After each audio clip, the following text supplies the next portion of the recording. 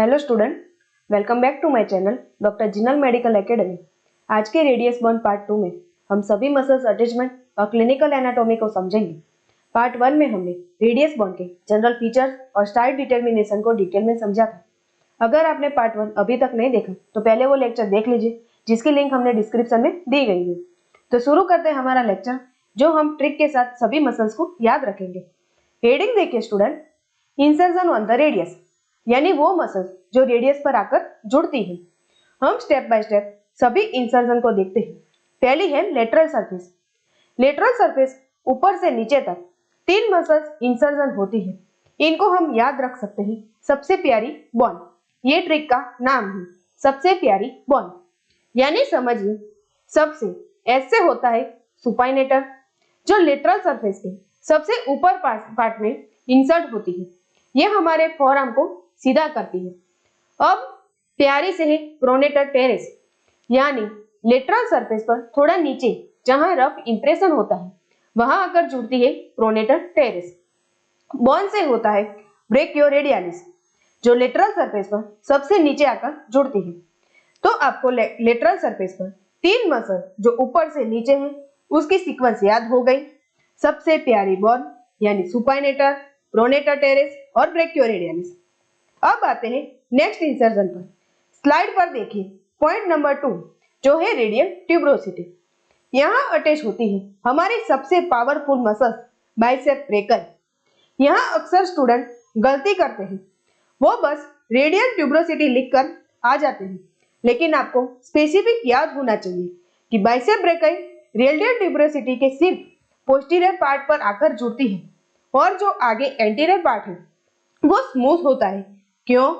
क्योंकि वहां बरसा होता है, ताकि मसल्स और बोन के बीच में फ्रिक्शन ना हो। अब पॉइंट नंबर 3 पर है एंटीरियर सरफेस।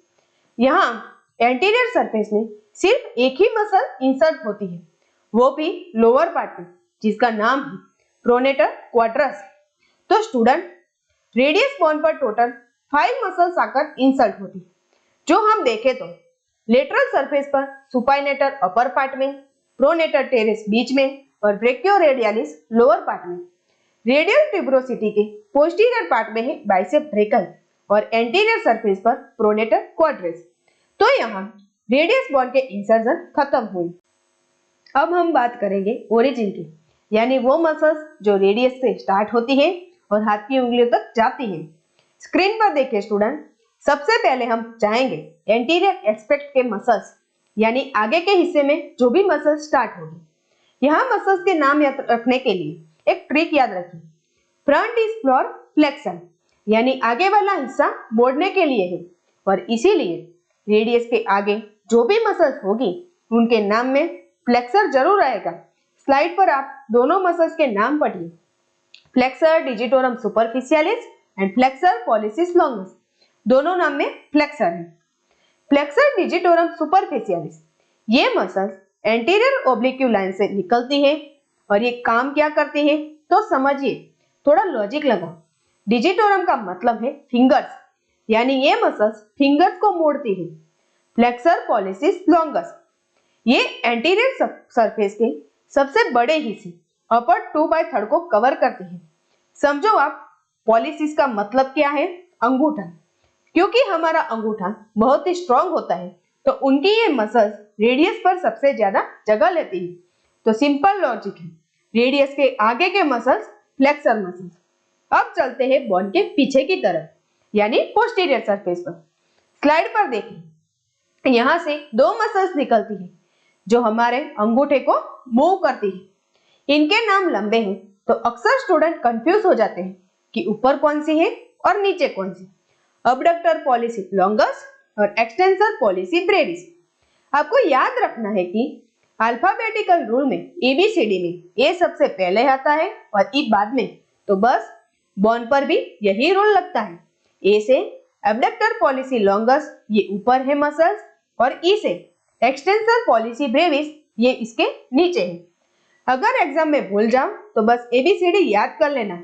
और एक बात याद रखना कि फ्रंट में फ्लेक्सर मसल्स हैं तो बैक में एक्सटेंसर मसल्स हैं। तो रेडियस पर टोटल 4 ओरिजिन है मसल्स के, तो एंटीरियर एस्पेक्ट और 2 पोस्टीरियर के। और यहाँ रेडियस के सभी मसल्स अटैचमेंट, ओरिजिन और इंसर्शन कंप्लीट हुए। नेक्स्ट हम लिगामेंट अटैचमेंट भी इसी तरह ठीक से समझते हैं। रेडियस बोन पर टोटल 6 लिगामेंट अटैच होते हैं। इनको रट्टा मारकर याद रखने की जरूरत नहीं है। इन्हें हम दो ग्रुप में डिवाइड कर लेते हैं, वो लिगामेंट जो शाफ्ट पर है और वो लिगामेंट जो ब्रिस्ट पर है। तो सबसे पहले यहाँ हम शाफ्ट के लिगामेंट समझते हैं। ये तीनों लिगामेंट शाफ्ट के मीडियल साइड पर होते हैं। क्यों? क्योंकि इस तरफ अल्नार बोन होती है जो ये तीनों लिगामेंट को फेविकोल का काम करती है, यानी रेडियस को अल्नार के साथ जोड़कर रखती है। पहला है क्वाड्रेट लिगामेंट। ये सबसे ऊपर नेक पर होता है। जैसे हम गले में टाई पहनते हैं वैसे ही नेक पर क्वाड्रेट लिगामेंट है। ऑब्लिक्यू कॉर्ड, ट्यूबरोसिटी की जस्ट पीछे एक तिरछी रस्सी कॉर्ड होती है। इंटरोसियस मेम्ब्रेन, ये रेडियस और अल्ना दोनों हड्डियों के बीच का पर्दा है जो इंटरोसियस बॉर्डर पर जुड़ा होता है। तो ये तीनों स्टार्ट है शाफ्ट के लिगामेंट, क्वाड्रेट, ऑब्लिक्यू कॉर्ड और इंटरोसियस मेम्ब्रेन। अब हम ब्रिस्ट के पास वाले लिगामेंट समझते हैं। यहाँ लोअर एंड के लिगामेंट याद रखने के लिए तीन चीजें याद रखनी है, कैप, डिस्क और बैंड। आर्टिकुलर कैप्सूल यानी कैप ब्रिस्ट जॉइंट को प्रोटेक्ट करने के लिए ये चारों तरफ से कवर करता है, एंटीरियर और पोस्टीरियर मार्जिन से।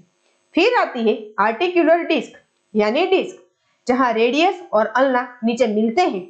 इंफीरियर रेडियो अल्नार जॉइंट पर वहां अल्नार नोच के लोअर बॉर्डर पर एक डिस्क होती है और ये शॉक एब्जॉर्बर का काम करती है। फिर है एक्सटेंसर रेटिकुलम द बैंड। ये बहुत इंपॉर्टेंट है। ये रेडियस के शार्प एंटीरियर बॉर्डर के लोअर पार्ट पर जुड़ा होता है।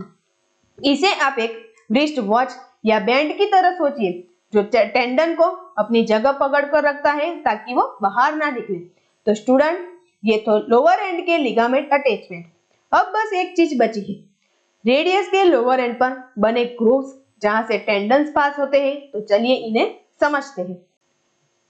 रेडियस के सबसे पीछे वाले हिस्से पर 6 ग्रूव है जहां से टेंडन गुजरकर हमारी उंगलियों तक जाती है।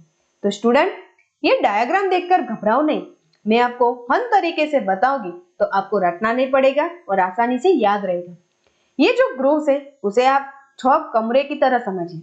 अब ये देखते हैं कि इन कमरों में कौन रहता है। कोई सिंगल है तो कोई कपल तो कोई फुल फैमिली के साथ रहता है। रूम नंबर 1, सबसे पहली रूम में एक कपल रहता है। ये दोनों हमेशा साथ में अंगूठे के पास जाते हैं। नाम है एपीएल और ईपीवी, अबडक्टर पॉलिसी लॉन्गस और एक्सटेंसर पॉलिसी ब्रेविस। दोनों के नाम में पी है यानी ये पार्टनर है। इसी तरह आप समझो कि फर्स्ट रूम में अबडक्टर पॉलिसी लॉन्गस और एक्सटेंसर पॉलिसी ब्रेविस रहते हैं। रूम नंबर 2, यहाँ दो सगे भाई रहते हैं। दोनों का सरनेम सेम है, रेडियालिस। एक लंबा है लॉन्गस तो एक छोटा है ब्रेविस। नाम क्या है दोनों भाई का? एक्सटेंसर कार्पी रेडियालिस लॉन्गस और एक्सटेंसर कार्पी रेडियालिस ब्रेविस। और ये दोनों भाई मिलकर ब्रिस्ट को सपोर्ट करते हैं। अब आते हैं रूम नंबर 3 पर, जहां सबसे इंटरेस्टिंग कहानी है। यहाँ बीच में एक देवर है यानी लिस्टर ट्यूबरकल। रूम नंबर 3 में ट्यूबरकल के बगल में सिर्फ एक बंदा रहता है और ये बिल्कुल सिंगल है। नाम है एक्सटेंसर पॉलिसी लॉन्गस। ये अकेला है, इसीलिए ट्यूबरकल के किनारे से तिरछा हुआ निकल जाता है। अगर एग्जाम में क्वेश्चन पूछे कि लिस्टर ट्यूबरकल किसके लिए पुली बनता है, उसी के लिए जो सिंगल है, extensor policy longus. Room number 4, ये सबसे बड़ा रूम है। यहाँ पूरी फैमिली रहती है, यानी हमारी 4 उंगलियां और इंडेक्स फिंगर सब यही एक साथ रहती है। भीड़ इतनी है कि यहाँ से नर्व और आर्टरी भी गुजरती है।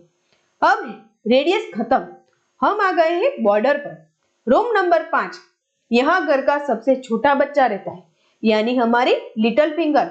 नाम है एक्सटेंसर टीजीटी मिनीमी। रूम नंबर 6, ये पड़ोसी है। ये रेडियस के घर में नहीं रहता, ये अल्नार के पास रहता है, एक्सटेंसर कार्पी अल्नारिस।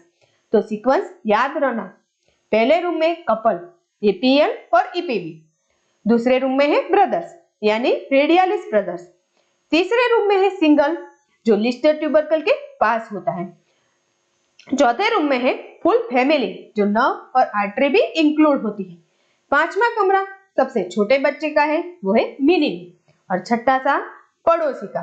तो 2 2 1 2 1 1 का फॉर्मूला याद रखो और एग्जाम में टॉप करो। लेक्चर के एंड में अब हम देखते हैं सबसे high yield topic clinical anatomy.